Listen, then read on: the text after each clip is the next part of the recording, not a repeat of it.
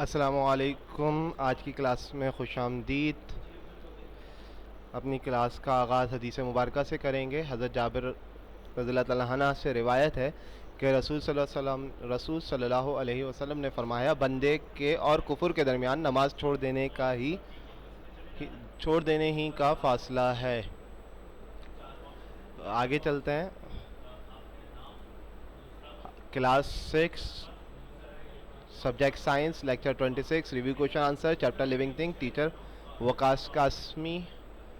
अच्छा, आज हम रिव्यू क्वेश्चन आंसर करेंगे। पेज नंबर 73 तमाम बच्चे निकाल लें ताकि बुक से सवाल आप लोग उतारें, कोशिश ये करें।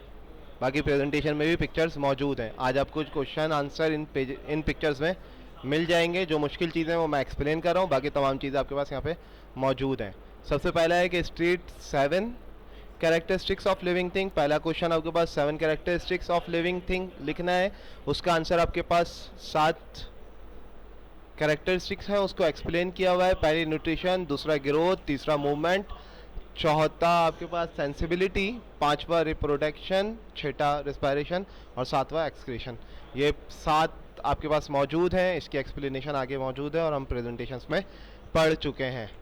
क्वेश्चन नंबर 2 है, आपने इस स्टेटमेंट को करेक्ट करना है कि अडल्ट एलिफेंट में ज़्यादा सेल्स होते हैं बनिस्बत बेबी एलिफेंट के, और all cell in a plant are of the same type. Plants के अंदर जितने सेल होते हैं वो सेम ही टाइप के होते हैं। ये दो बातें। अडल्ट एलिफेंट में जो अडल्ट एलिफेंट बेबी एलिफेंट से बड़ा होता है, इसलिए उसमें ज़्यादा सेल होते हैं बेबी एलिफेंट के मुकाबले में। और प्लांट सेल के पास डिफरेंट काइंड्स होते हैं। जो सेल्स हैं प्लांट्स के अंदर वो डिफरेंट काइंड के होते हैं। इसके बाद आपके पास है क्वेश्चन नंबर 3। स्टडी करें सेल को।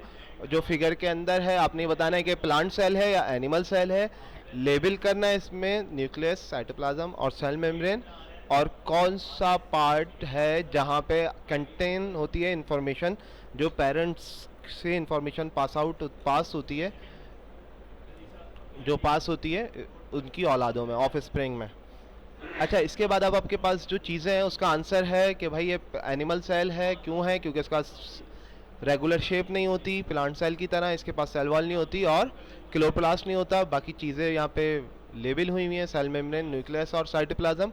और इसमें लिखा हुआ है द न्यूक्लियस और द जीन है। फिर जीन या क्रोमोसोम्स के अंदर डीएनए होता है, उसके अंदर आपकी इन्फॉर्मेशन होती है। अच्छा, इसका आंसर क्या है? द न्यूक्लियस और the gene chromosomes in the nucleus. कहाँ पे पाई जाती है? जीन और क्रोमोसोम्स के अंदर आपकी इन्फॉर्मेशन होती है।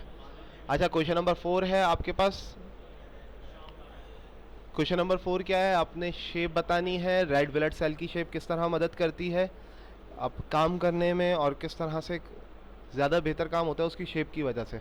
तो रेड ब्लड सेल क्या होता है? सर्कुलर शेप में होता है। उसकी वजह से उसके पास एक लार्ज एरिया होता है जो टेक अप करता है, मतलब ज़्यादा से ज़्यादा ऑक्सीजन को अपने अंदर ज़्यादा से ज़्यादा और जल्दी दाखिल होने में मदद देता है।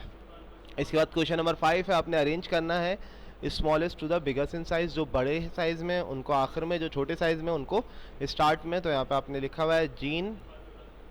अच्छा, जीन और क्रोमोसोम्स सेम है, तो हम इसमें यहाँ पे हमने सिर्फ जीन एक ही बार लिख दिया। जीन, न्यूक्लियस और सेल्स, टिश्यूज, ऑर्गेन सिस्टम और ऑर्गेनिज्म। इसका क्वेश्चन नंबर 6 है। 4 ऑर्गेन लिखने फ्लावरिंग प्लांट के और उनके फंक्शन लिखने। लीव, स्टेम, रूट और फ्लावर्स। अच्छा, इनके आगे फंक्शंस लिखे हुए हैं जो आपको मालूम है, आपने इनको फंक्शंस को भी उनके साथ साथ लिखना है। इसी तरह क्वेश्चन नंबर 7 है, आपने आइडेंटिफाई करना है सिस्टम को। तो बहुत आसान है। सिस्टम क्या है? रिस्पायरेटरी सिस्टम है और इनेबल करता है, क्या इनेबल करता है कि गैस एक्सचेंज में मदद देता है। और इसकी लेबल करना है। तो पहला क्या है? नोज, दूसरा ट्रैकिया, तीसरा लंग्स। इसके बाद क्वेश्चन नंबर 8 है। क्वेश्चन नंबर 8 क्या है कि 5 बोन्स हैं। अब आपने ये बताना है कि what are the function of the bones of the human skeleton. Human skeleton के अंदर जो बोन्स हैं उनका फंक्शन क्या है। 5 बोन्स लिखनी है, 5 बोन्स के नाम लिखने हैं जो ह्यूमन स्केलेटन में मौजूद है। जॉइंट्स बताने, जॉइंट्स क्या होते हैं और कौन सा जॉइंट डोर हिंज की तरह होता है, और what type of movement its allow the bone to make, और कौन सी मूवमेंट ये करने में मदद देता है। और फिर आपने ये बताना है कि जो हम कप को होल्ड करते हैं वो किस जॉइंट की वजह से करते हैं, ईजिली किस जॉइंट की वजह से कर सकते हैं, और वो जॉइंट कहाँ पे पाया जाता है। तो ह्यूमन स्केलेटन आपकी नीचे एक्सप्लेन किया गया है कि ह्यूमन स्केलेटन आपकी बॉडी को मदद देता है और एक शेप प्रोवाइड करता है, प्रोटेक्ट करता है इम्पॉर्टेंट ऑर्गेन को, और सम मसल्स जो बॉडी बोन के साथ कनेक्ट होते हैं उनके मूवमेंट में मदद देता है। अच्छा, ये 5 बोन्स यहाँ पे लिखी हुई हैं। यहाँ पे आप इसके अलावा भी कोई और सी भी बोन्स लिख सकते हैं। फिगर 3.41 में मुख्तलिफ बोन्स मौजूद हैं, लाजमी नहीं कि यही लिखें। इसके बाद आपके पास जॉइंट क्या होता है, जहाँ पे 2 और मोर बोन्स मिलती हैं जिस पॉइंट पे, उसको आप जॉइंट कहते हो। हिंज जॉइंट है, जो डोर हिंज है वो किस, यहाँ पे लिखा है which type of joint is like a door hinge. Door hinge की तरह का पॉइंट कौन सा जॉइंट कौन सा है, तो उसका नाम है हिंज जॉइंट। वो क्या करता है, फोर्थ मूवमेंट में मदद देता है, बैक एंड फोर्थ मूवमेंट में मदद देता है। डोर की तरह की मूवमेंट ये होती है। अच्छा, सैडल जॉइंट क्या करता है, ये बेस पे पाया जाता है। अच्छा, उसमें नाम पूछा गया था कि कौन सा जॉइंट है, आंसर क्या है, सैडल जॉइंट। और कहाँ पे पाया जाता है, बेस पे, थंब की, अंगूठे के बिल्कुल बेस पे पाया जाता है ये। इसके बाद आपके पास है how do muscles enable us to move, के मदद किस तरह से, enable us to move, muscles हमें किस तरह से मूव होने में, मूव करने में मदद देते हैं। और एंटागोनिस्टिक मसल्स क्या होते हैं, उसकी एक एग्जांपल लिखनी है, पेयर ऑफ एंटागोनिस्टिक मसल्स की। अच्छा, मसल्स के बारे में बता दिया गया। Muscles enable us to move by contracting, contract होके रखते हैं तो आप अपनी बॉडी को आराम से मूव कर सकते हो। अगर वो हार्ड होंगे तो आप बॉडी को मूव नहीं कर सकते। और एंटागोनिस्टिक मसल्स वो होते हैं जो पेयर में काम करते हैं, पुल इन अपोजिट डायरेक्शन, एक दूसरे को अपोजिट डायरेक्शन में खींचते हैं और इसी वजह से उसमें मूवमेंट होती है। उसकी मिसाल बाइसेप, ट्राइसेप और क्वाड्रिसेप्स और हैमस्ट्रिंग्स। इसके बाद लास्ट में बच्चों आपके पास होमवर्क है।